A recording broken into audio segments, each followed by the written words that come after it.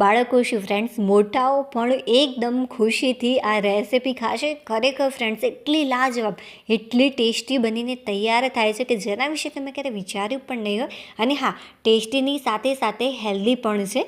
એક વાત તો હું તમને ચોક્કસથી કહી શકીશ કે આના ખાધા પછી 100% તમે હોટલમાં જવાનું ભૂલી જ જશો. જ્યારે પણ રેસિપી તમને સાંભળશે કોઈ પણ હોટલની, ત્યારે તમે હંમેશા આ જ રેસિપી બનાવી લેશો. ખરેખર બહુ જ સરસ લાગે છે. તો આ માટે સૌથી પહેલાં આપણે એક વાટકી ભરીને ચણાનો લોટ લઈ લઈશું. જે વાટકીની મદદથી ચણાનો લોટ લીધો હોય બસ એ જ વાટકીની મદદથી તમારે પાણી લેવાનું છે. બટ હા, બધા જ પાણીનો અહીંયા ઉપયોગ નથી કરવાનો. આ રીતે તમારે થોડું થોડું કરીને પાણી એડ કરતા જવાનું અને આ મિક્સ કરતા રહેવાનું. ઘણીવાર શું થાય કે કોઈ પણ આપણે ચણાના લોટની અંદર પાણી એડ કરી કોઈ પણ પ્રકારની રેસિપી બનાવતા હોઈએ છીએ, ત્યારે જો એકી સાથે ચણાના લોટની અંદર પાણી એડ કરવામાં આવે બહુ જ બધા પ્રમાણમાં, તો બહુ જ ગાંઠો પડી જતી હોય છે અને એને નીકાળવામાં બહુ જ બધો ટાઈમ લાગી જતો હોય છે. તો ફ્રેન્ડ્સ ચોક્કસથી આ ટેકનિક અપનાવજો, ફટાફટ ગાંઠો દૂર થઈ જશે. તો જુઓ, આ રીતે થોડું થોડું કરીને આપણે પાણી એડ કરીશું અને આ રીતે આને મિક્સ કરતા જઈશું. જો વાટકીની અંદર પા વાટકી કરતાં થોડુંક વધારે પાણી છે અને જો આટલા પ્રમાણમાં મેં અત્યારે પાણી એડ કર્યું છે. હવે શું કરીશું, જે ગાંઠો છે આપણે ચમચીની મદદથી આ રીતે પ્રેસ કરતા જઈશું અને આ રીતે દૂર કરતા જઈશું. હજી પણ પાણીની જરૂર છે, બટ તરત જ એડ નહીં કરી દેવાનું. જુઓ, સરસ મજાની સારા પ્રમાણમાં ગાંઠો મેં દૂર કરી દીધી છે. આ ટાઈપનું બેટર તૈયાર થાય ત્યારે આપણે ફરીથી થોડુંક પાણી એડ કરીશું અને આ રીતે મિક્સ કરતા રહીશું. આમ કરવાથી બિલકુલ પણ ગાંઠો નહીં રહે.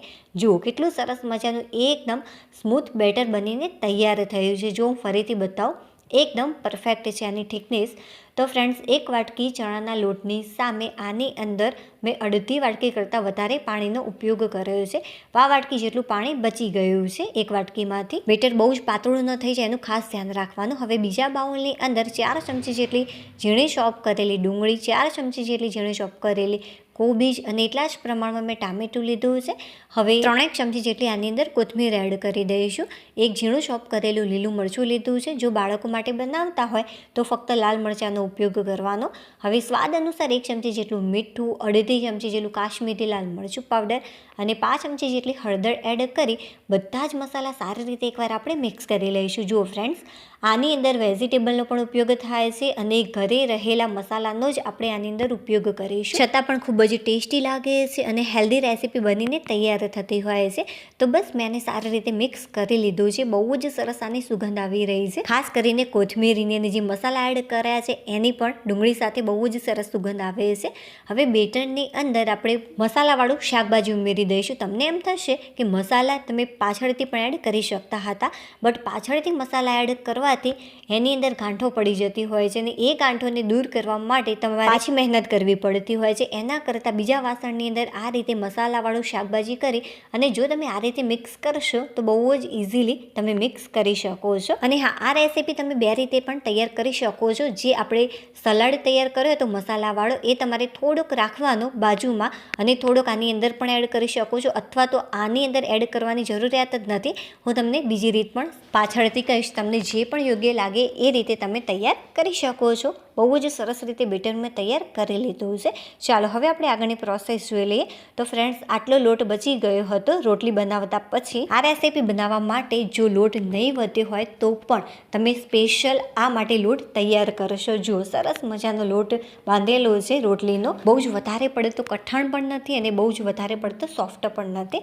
હવે બસ સરસ મજાનો ગોળ શેપાનો તૈયાર કરી લઈશું. હવે લઈ લઈશું ફટાફટ ઓરસો અને વેલણ અને હા, આના ઉપર મેં કોરો ઘઉંનો લોટ એડ કર્યો છે. સારી રીતે તમારે આ રીતે કોટ કરી લેવાનું અને ત્યારબાદ સરસ મજાની રોટલી વણીને તૈયાર કરી લેવાની. અને હા, આપણે મોટી સાઈઝની રોટલી તૈયાર કરીશું કે જેથી ઓછા ટાઈમની અંદર સારા પ્રમાણમાં રેસીપી તૈયાર કરી શકીએ છીએ.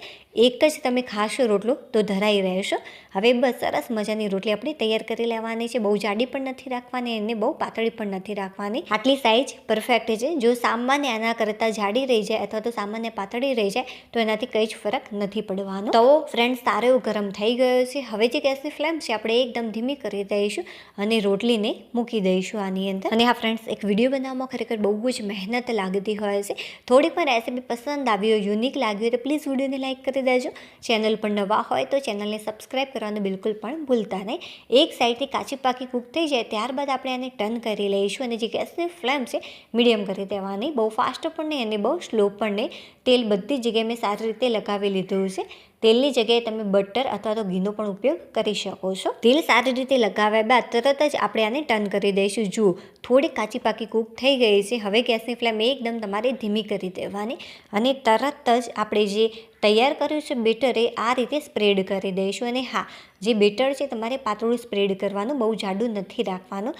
જો જાડું રાખશો તો આને કૂક થવામાં વધારે ટાઈમ લાગી જતો હોય છે. જો પાતળું હશે તો ફક્ત 1 મિનિટની અંદર 1 મિનિટ જેટલો પણ ટાઈમ નહીં લાગે અને સરસ મજાનું આ ઉપરથી સુકાવા લાગશે. એટલા માટે તો જુઓ મેં સરસ મજાનું પાતળું પડાનું લગાવી દીધું. જો ચીઝ ન ખાવું હોય તો આના વગર પણ તૈયાર કરી શકાય છે, બટ બાળકો માટે બનાવતા હોય તો ચોક્કસથી થોડુંક ચીઝ આ રીતે એડ કરી દેજો.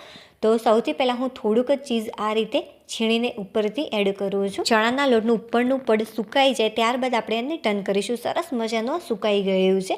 હવે આપણે આને ટર્ન કરીશું, બટ એના પહેલાં આના ઉપર આપણે થોડુંક આ રીતે તેલ લગાવી લઈશું. જો બિલકુલ પણ ચીપકતું નથી, મતલબ કે ચણાનો લોટ સારી રીતે સુકાઈ ગયો છે. હવે બસ આને ટર્ન કરી લેવાનું. જો નીચેનું પડ દાઝ્યું પણ નથી. આ રીતે આપણે થોડુંક પ્રેસ કરીશું કે જેથી નીચેનું જે પડ છે એક સરખી રીતે બધી જગ્યાએ કૂક થઈ જાય. હવે આપણે આને ટર્ન કરી લઈશું. જુઓ સરસ મજાનું આ થોડુંક કૂક થઈ ગયું છે.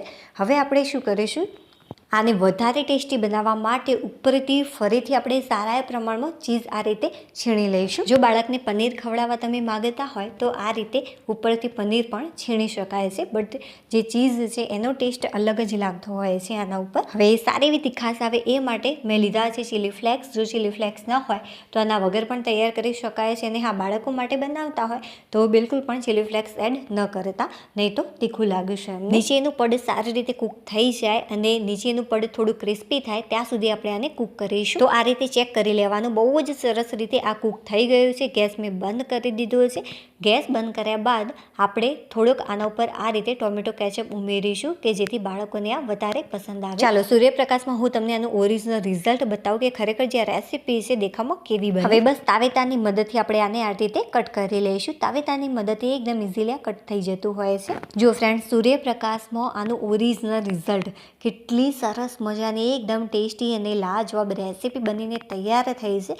જાણે પિઝા આપણે બનાવ્યા હોય ને બસ એવી જ દેખામાં લાગે છે અને જેનો ટેસ્ટ છે ગજબનો આવે છે. આ બહાને તમે બાળકોને રોટલી પણ ખવડાવી શકશો, સાથે સાથે શાકભાજી પણ ખવડાવી શકાય છે. એટલા માટે ખૂબ જ હેલ્ધી અને ટેસ્ટી છે. જુઓ નીચેથી કેટલી સરસ મજાની આ કૂક થઈ ગઈ છે અને ક્રિસ્પી પણ છે. ચાલો ટેસ્ટ કરી લો. વાવ, ખૂબ જ સરસ લાગે છે. અને હા, ફરીથી કહું છું, વિડીયો થોડોક પણ સારો લાગ્યો હોય, યુનિક લાગી હોય રેસીપીને, તમારા બાળકને પસંદ આવી રહી હોય તો પ્લીઝ વિડીયોને લાઇક કરી દેજો.